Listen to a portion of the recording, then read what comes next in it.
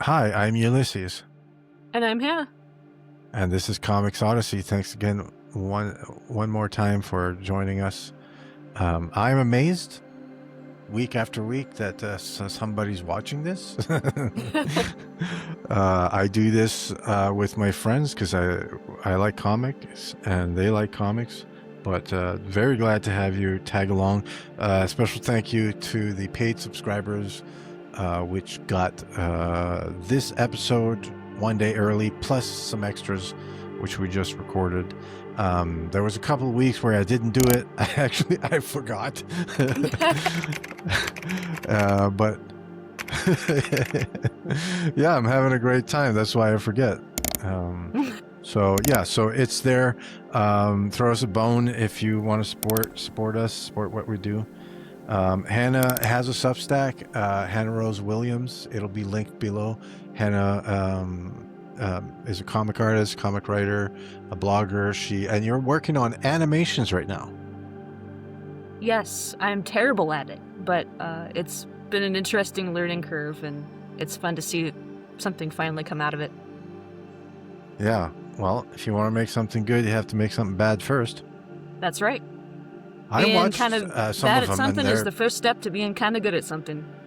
Yeah, and I don't think they're bad. I think they're cool. I mean, it reminds me. It's a little bit nostalgic. It reminds me of the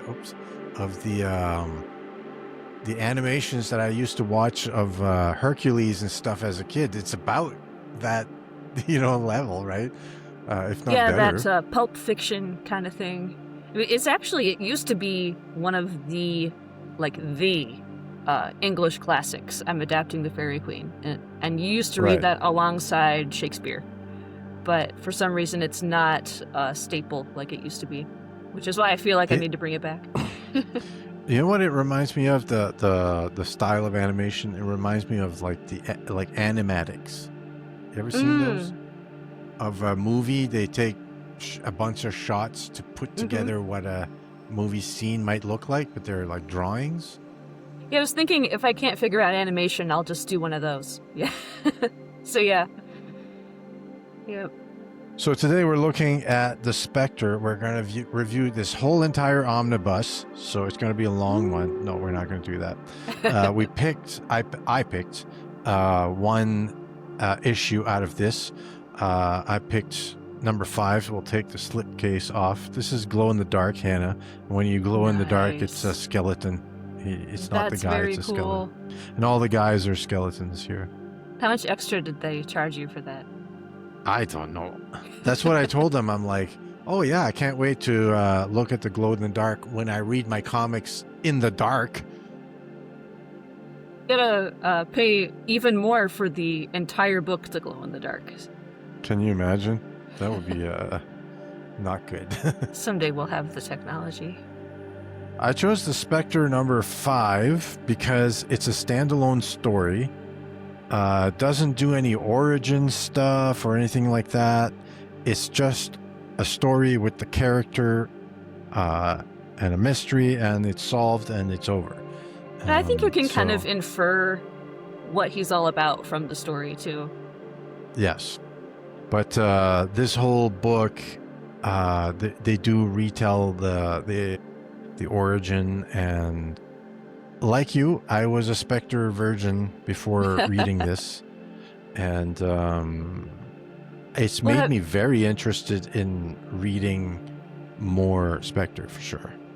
The author seems well read. Does that make sense? So it's interesting because in the back, he discusses that. There's notes on all the stuff, and he discusses that he's familiar with Shakespeare, those kinds of classics, because he did spend some time in theater. Interesting.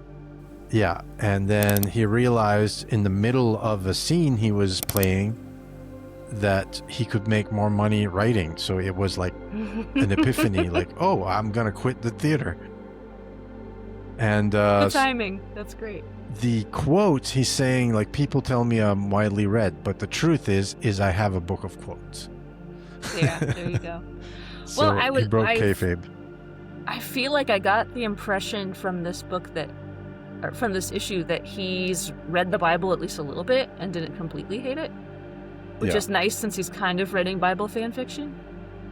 So the story with John Ostrander is that he was raised Roman Catholic in a very religious family. Okay. In high school, he did a year of preparatory seminary thing. The legend is that he went to seminary, but he did not. There's some courses he took because he was thinking of going into the priesthood, but he encountered girls, and the priests are discouraged from dating. Mm-hmm. So no, a friend of mine went to divinity school, and as soon as word got out that he was definitely for sure going to become a priest, all of his old girlfriends started calling. So. Oh, there you go. Great way to get the ladies interested is to act like you're going into the priesthood. Yeah, well, hot tip for you guys out there.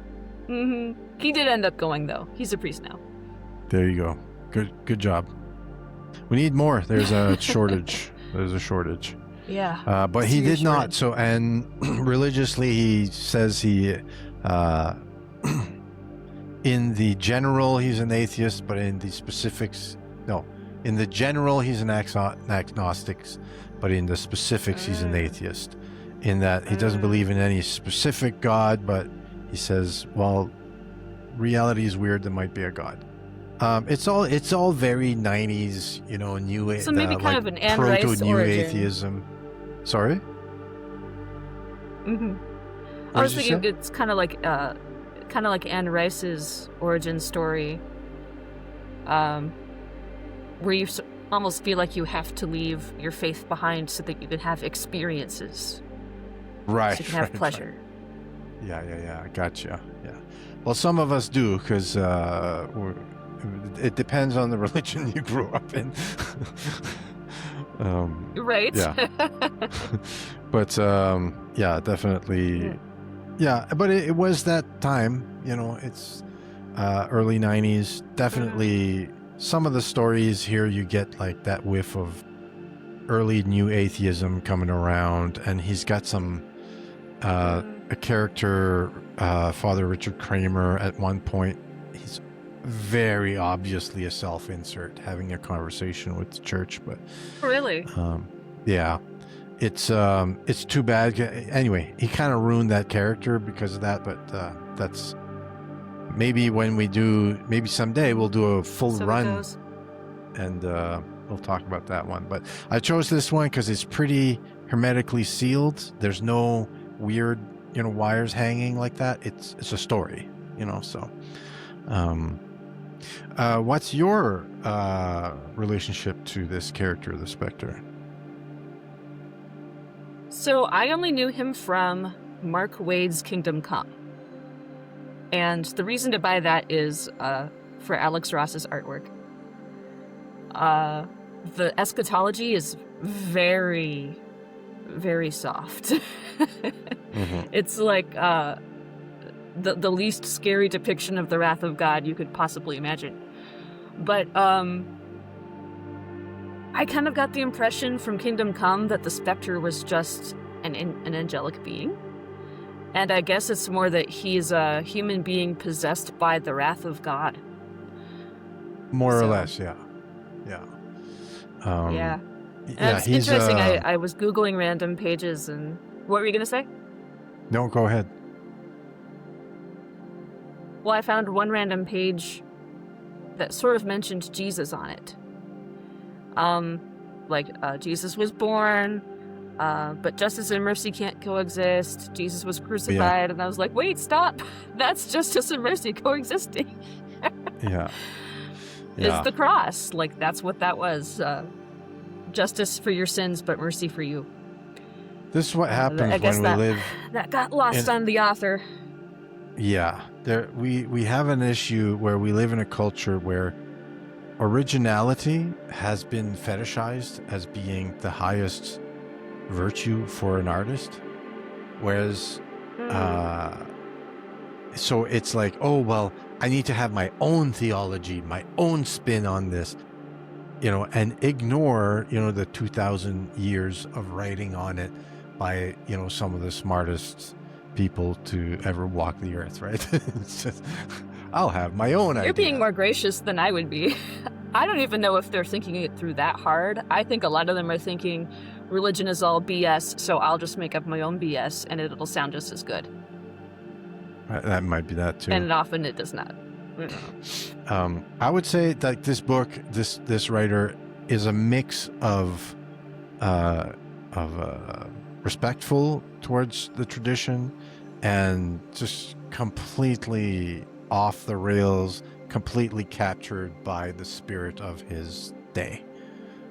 It's really like a mix. It's a bipolar kind of approach to the whole topic. You'll have to point that out when we come up to those parts. Yeah, I sort of picked this story here, because it kind of stays out of that. But let's dive in. Yeah, let's dive I was going to say, I didn't really see it. The story title is A Rage in Hell. Let's start with the cover. Charles Vess announces this is a horror book. Mm-hmm. So don't send me any letters, Yeah. Charles Definitely Vess looks very unhappy. Yeah, this is an intense, dreadful thing that's happening. He draws the Spectre kind of like how Kelly Jones draws Dead Man. Very gaunt and limby. In 1992, this definitely would have disturbed me, too. So I regret to inform you, I would have been 6 when this came out. There you go. And, so it opens equally gruesome. The situation, the conflict it establishes is that there is a child buried alive in a cemetery, in a quite tall coffin, because he's sitting up, but Oh, true. it might have He's just been really small. Artists don't know what children look like. Yeah, it might have been that it was too horrifying to have him stuck, laying down, but I notice also the artists who can draw naked women with their eyes closed can't draw a kid to save their lives. Maybe that's for the best, but... Yeah. So he's crying out for mommy, and then there's a different conflict happening in this part of the story here. So it's a kidnapping in progress, and the driver is kind of like what? Kind of archetypal 90s stoner type. Maybe. Yeah, that's kind of the vibe I get from him. So he doesn't drive well at all. What jumped out to me with this character, and this repeats throughout the story, is he never takes any responsibility for anything. It's always, it's not my fault, it's not my fault. Yeah. Which doesn't get him off the hook. The theme of the character. Good catch. Anyway, they get into a car accident. This is a great panel. I thought that was really... The collision? This with the cops arriving on the scene. Oh, yeah. Yeah. I wish I could meet more people who go, Christmas! Because that's just a great swear. It's a great expletive. Yeah.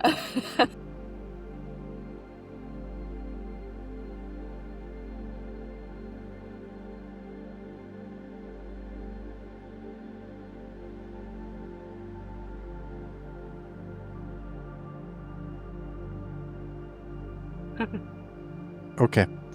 Yeah. And then the action continues. This really has, nighttime drama, TV drama feel to it, the way it's paced, First conflict. Second conflict. He continues on into the hospital, right? We got 22 pages. Let's move it along. Yeah, I'm gonna do it. Do it up. And we learn this is where we learn this kidnapping situation.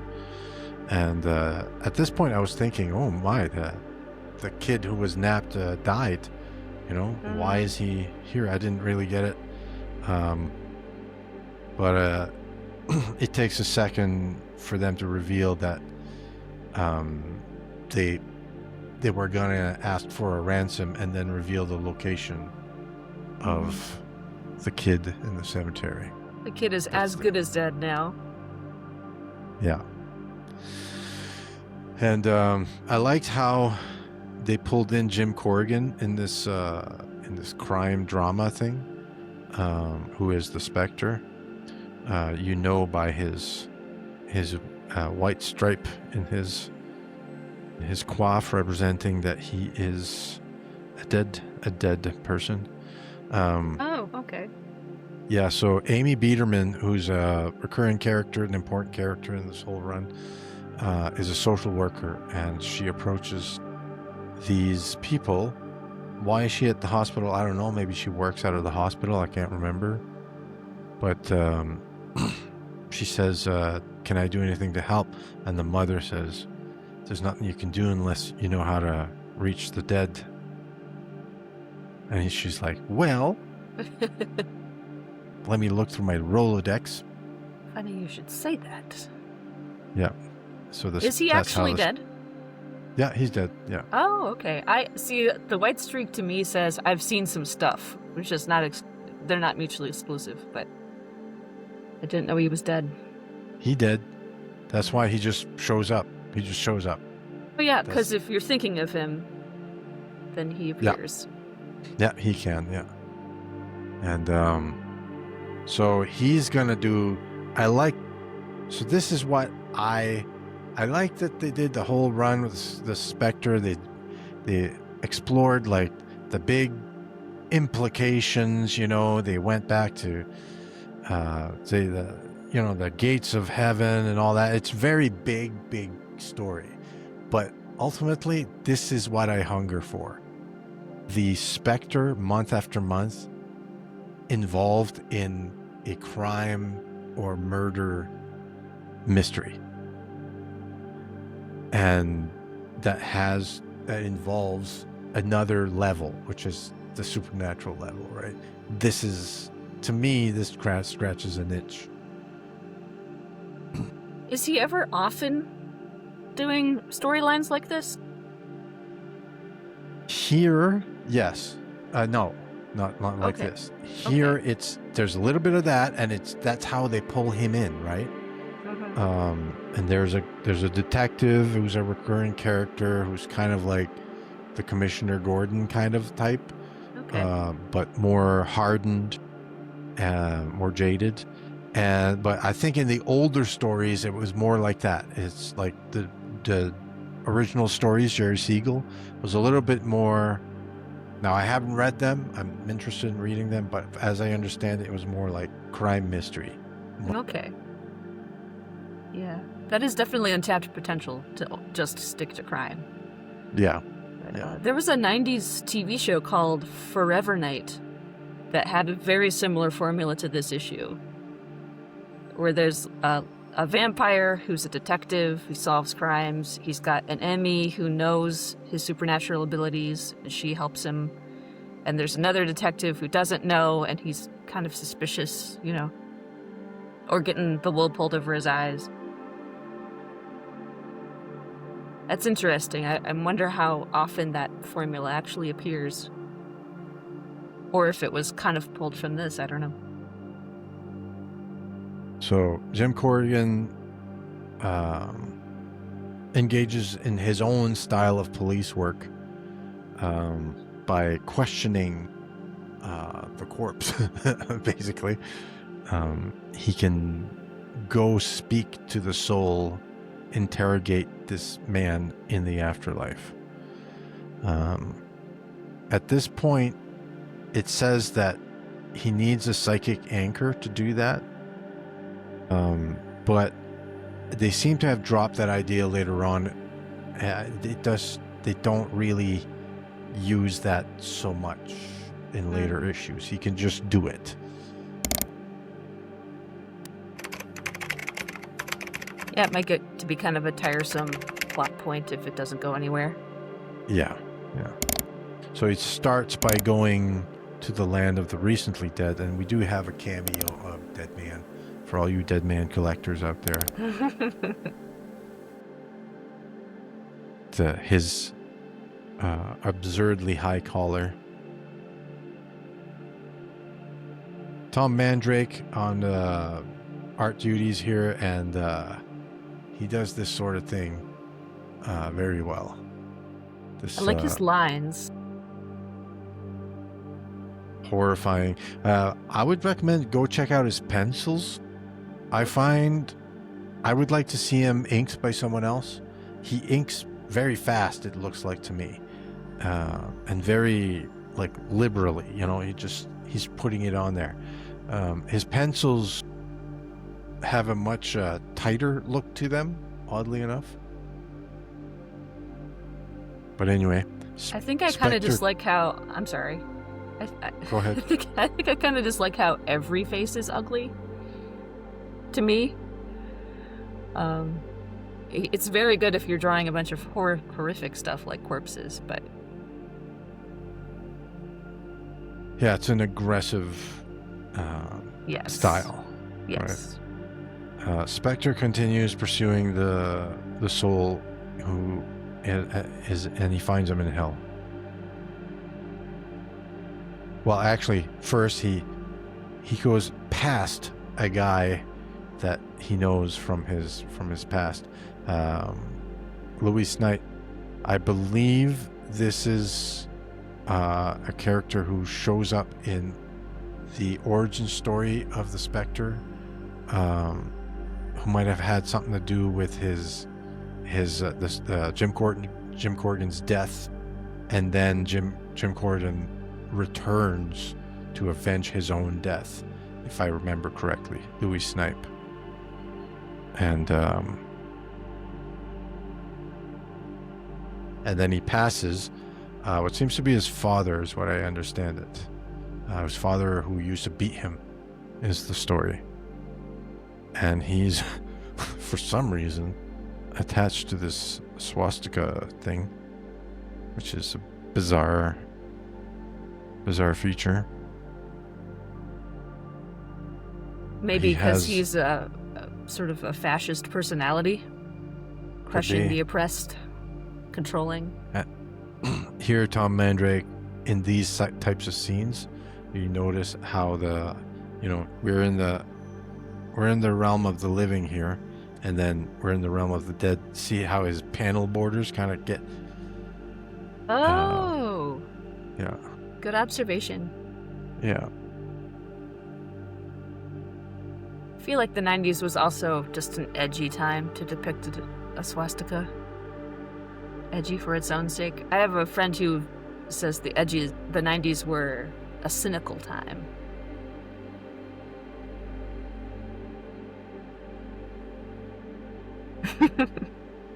And then finally he goes all the way down to the bottom of the pit here and meets the one at the lowest point of hell, and they call him Shathan here.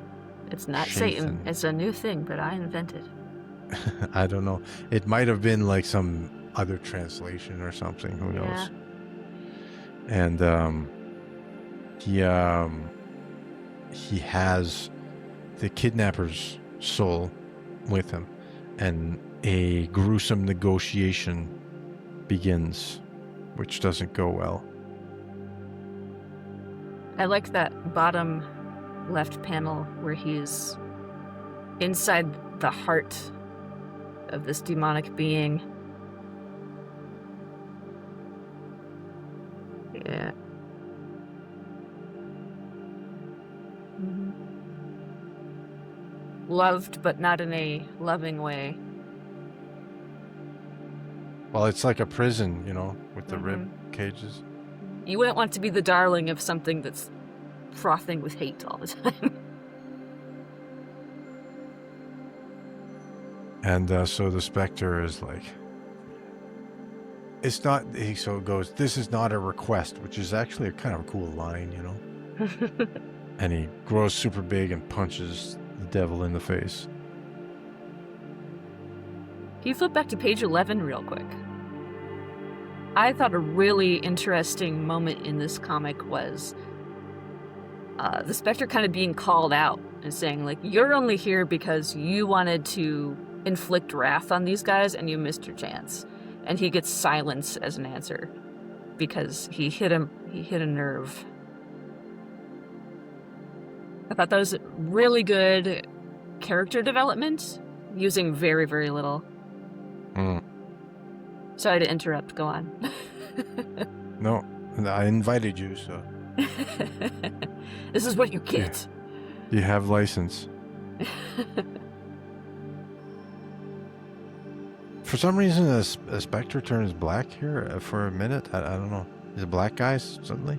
Just really tan? Does he get some of his humanity back in that shot? I mean, he's not as dead in that shot. I don't know what's going on. Maybe the colorist was just trying to do a lighting thing and it didn't quite work out. Yeah. He looks like a dark complexion. Anyway, this Shathan guy, he attacks the Spectre with all sorts of hellish tortures. He's attacking him with the types of punishments that the Spectre would condemn people to, right?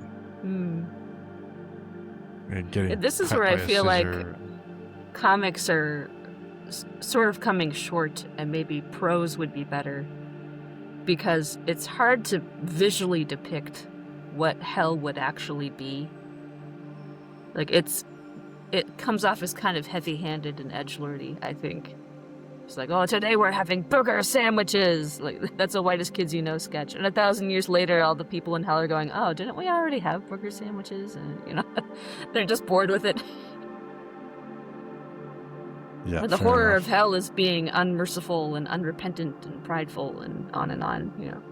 Yeah, the horror of hell is separation from the love of God. Yeah. So it's, how do you depict that, right? Like, this is more visually like arresting, right? It's like, we're doing a comic book here, you know. It's got to be horror. I think it's really, really hard to depict hell visually, but this is also an edgy 90s comic, so that's probably exactly what they were going for, was edgy. Yeah, it's a horror book, right? Yeah. Anyway, Spectre makes a comeback here. And then it blasts the devil in the face, and his eyeball goes flying. It's kind of cool. I mean, come on, it's kind of cool. Took the opportunity to blast the devil in the face if I could. Yeah, but like, just the energy on this thing, it's here's a disadvantage of the omnibus, where, as opposed to the single issues, is that they don't put a little, you know, 1/8 inch gap, 1/4 inch gap in the middle to let the spread open up, right? It's just it's too tight together, right? We gotta make these pages as small as possible. This thing's heavy. Well, it's gotta fit. They have probably their trimmers set up a certain way, and there's certain templates, you know, for printing. They can't just have, okay, you want a book that's just like, you know, 5/16 of an inch wider or whatever, you know, like, they gotta make it fit in whatever the format is. So the Spectre always gets his man by, like, plunging his fist into the devil's chest, which blows his head up. Fair enough. And then he slurps the soul out of the devil's rib cage. Schwamp. They're always pointing out the sound effects, because I kind of look through them. Yeah. But they're great. Well, it goes schluck, and then schwamp, and then gilg. What did you call me? Yeah. I have I have what I came for, Lord of Lies. Thank you for your gracious entertainment. Now, this was the moment. This was an important moment in this thing where the devil speaks of a legend of a prince of the damned who repented his rebellion and melded with a human host and roams the earth in service to heaven. He says, are you that being, right? So he's trying to sow a seed of doubt in the Spectre that you're actually one of us. So you come down here on your high horse, but you're not so different. And then the Spectre responds with, I would be a fool to listen to anything that a Lord of Lies said, which is a good Darn response. Right. Yeah. Yeah.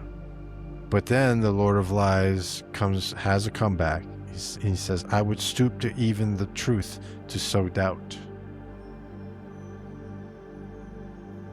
So this is accurate to kind of like the depiction of the devil, which is to Very ask tricky. a question. It's not, it's just a question, right? But there's a loaded question, right?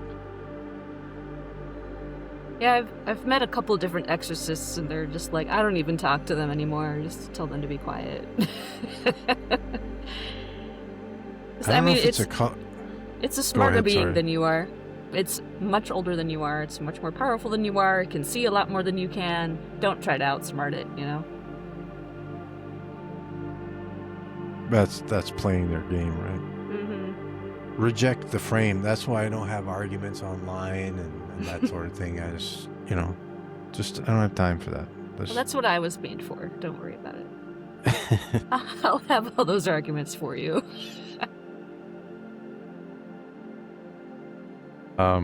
In the after notes, he mentioned the cape is actually a shroud because he's dead, right? So that's why you get some very dramatic cape flowing stuff. Batman has a cowl and Spectre has a shroud. And so he does step out of like the immediate gate of hell to interrogate this soul, and he gets the information he wanted, and then having come what he came for, just chucks him back in. Chucks him back in. There's like entrails trailing behind. And he's like, no. Very gratifying if you don't appreciate child kidnappers. So this Spectre just that tells you like this is not Superman, right? Like this is a different kind of character. This isn't your grandma's superhero. Hey, native French speaker, how do you like to pronounce Balzac? Is that a French word? Well, there was a French author named Honoré de Balzac. Oh. I had a instructor saying, get your laughs out now, everybody. We know his name sounds like Balzac. Well, that's why he uses it as a curse word, that detective, Nick King. Oh, is that what he's doing? I thought it was somebody's Balzac. name. Okay. Yeah. No, he says that all the time. Okay. So it's his cuss, Okay. Balzac. Okay. It would be Balzac, I guess. Okay. Balzac? Balzac? I don't know. That's without knowing the actual thing. That's how I would say it. All right. That was just what I was wondering. It is spelled exactly like that. So there's a complication. The corpse does give out the information to the detective and to the social worker. It's pretty awesome. And then slumps down.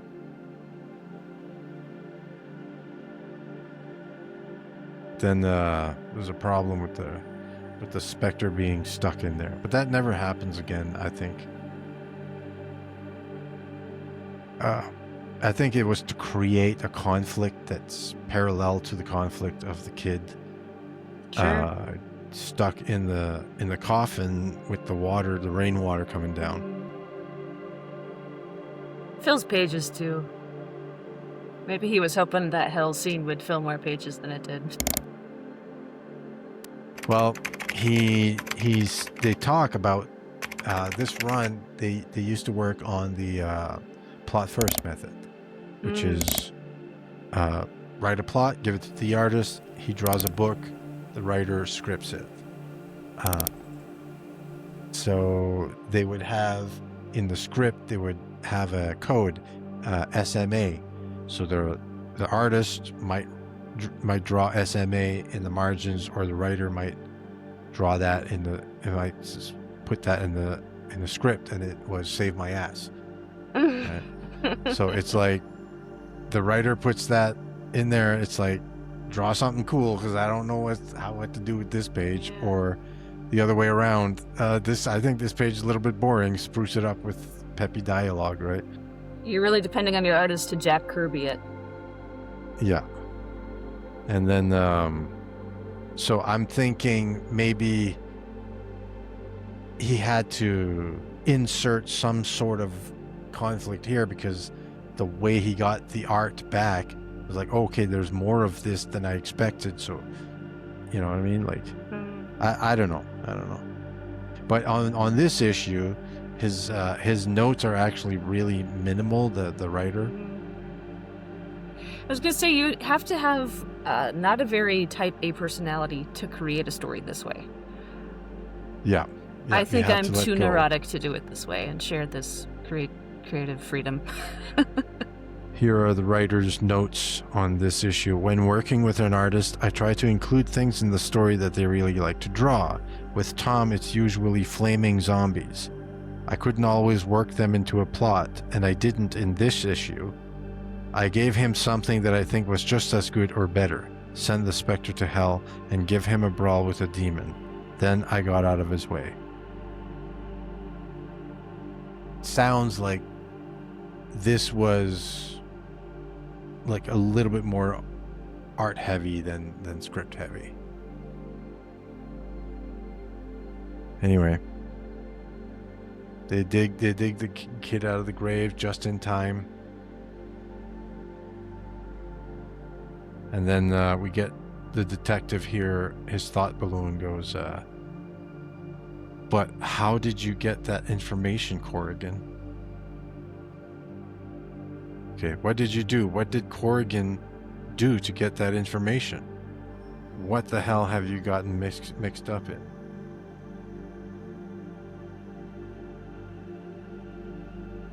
I'll get to the bottom of it in another issue. Yeah. Yeah.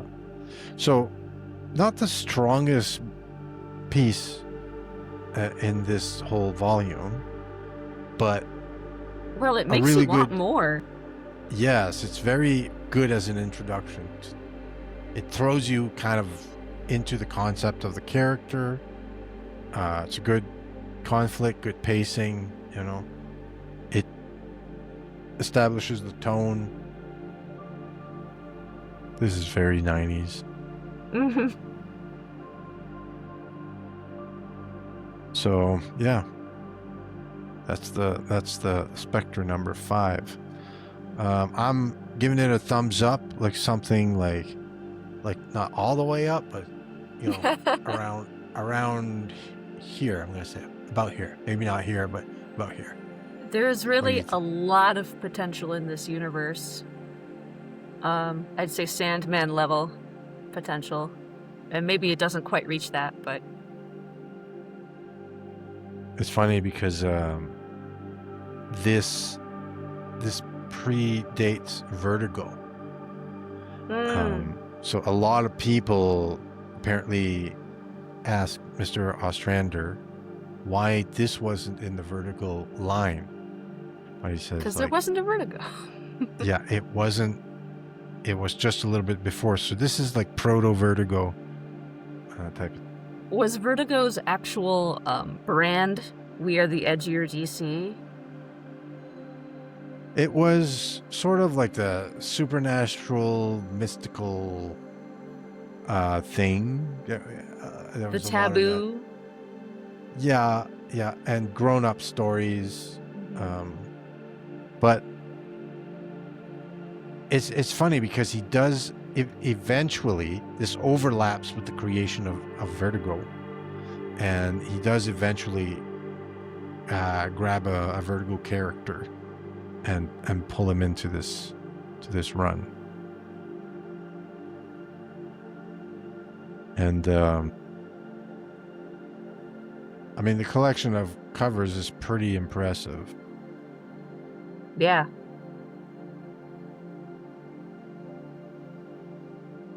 There's a Christmas issue here that I'm super impressed with. I will be reviewing that one for the show too. But yeah, they were commissioning a lot of painted covers, and if you look at the aftermatter, they show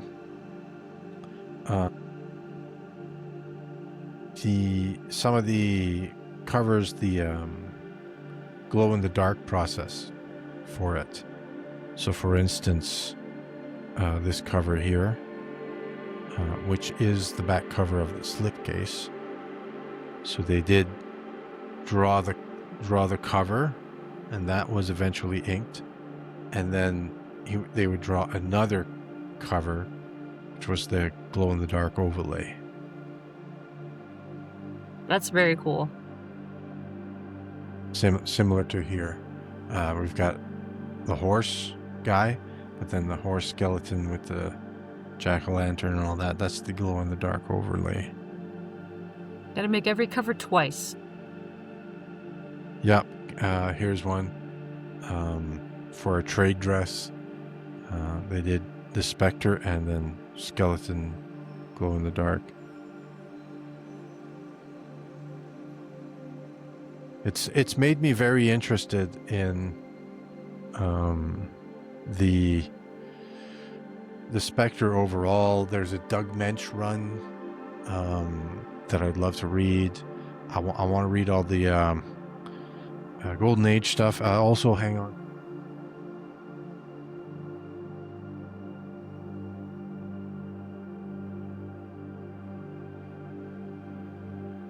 Some of the stories in the Justice Society Golden Age, when the Spectre was fighting crime for America and democracy.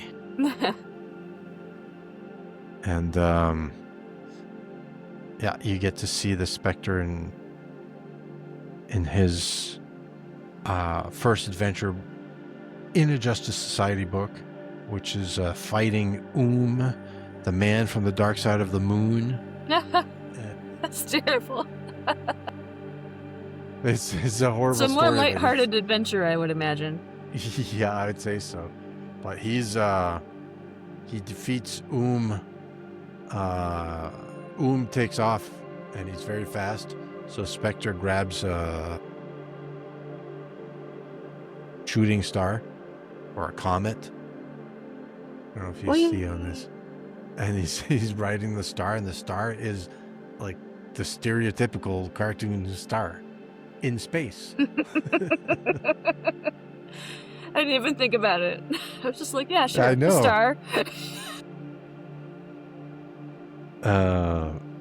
And yeah, so hides out as a gargoyle, but or what is it? Oh no, he forces him back to a gargoyle because had possessed a gargoyle statue, and he calls forth the spirit of and throws him somewhere.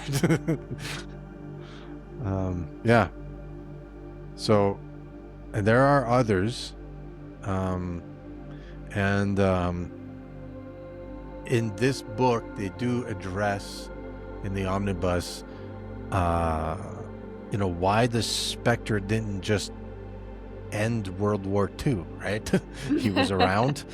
Well, that was the question for a lot of them, like Superman, Yeah. But he uses that as an opportunity to write a story, which does ultimately involve actually Superman. Nice. A story called Spear of Destiny. So we're going to do a review of a run. We're going to do, the way I'm going to do it, we're going to do No Man's Land, which is a hefty run, something like 40 books, 40 stories. So it's going to take a long time, probably like 6 months, something like that. But I'm going to here and there still do one-offs just to break it up so that people have some variety and also break it up for ourselves. So yeah. I'm very interested in seeing more of this. Yeah, and if the whole runs thing, people like it and we enjoy it, I'd like to do more runs.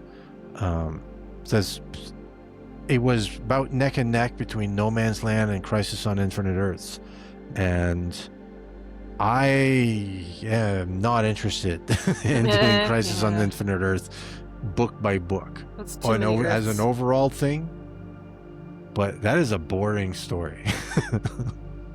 Well, I think we're all kind of tired of multiverses too, and I mean, even my friend's little nephew was coming away from one of the movies going like, wait, if there's a multiverse, then doesn't that mean that none of this story even matters because there's another universe where something else happens? Like, yeah. But Crisis on Infinite Earths as an event, as a moment in comics history, is interesting. So we'll do a show on that. I don't know if we'll cover the whole run. I was surprised people voted for that. It's not a good story, guys. Well, just like with the movies, if it's a name people recognize, then that's all that matters. Yeah. So, but the Spectre, definitely.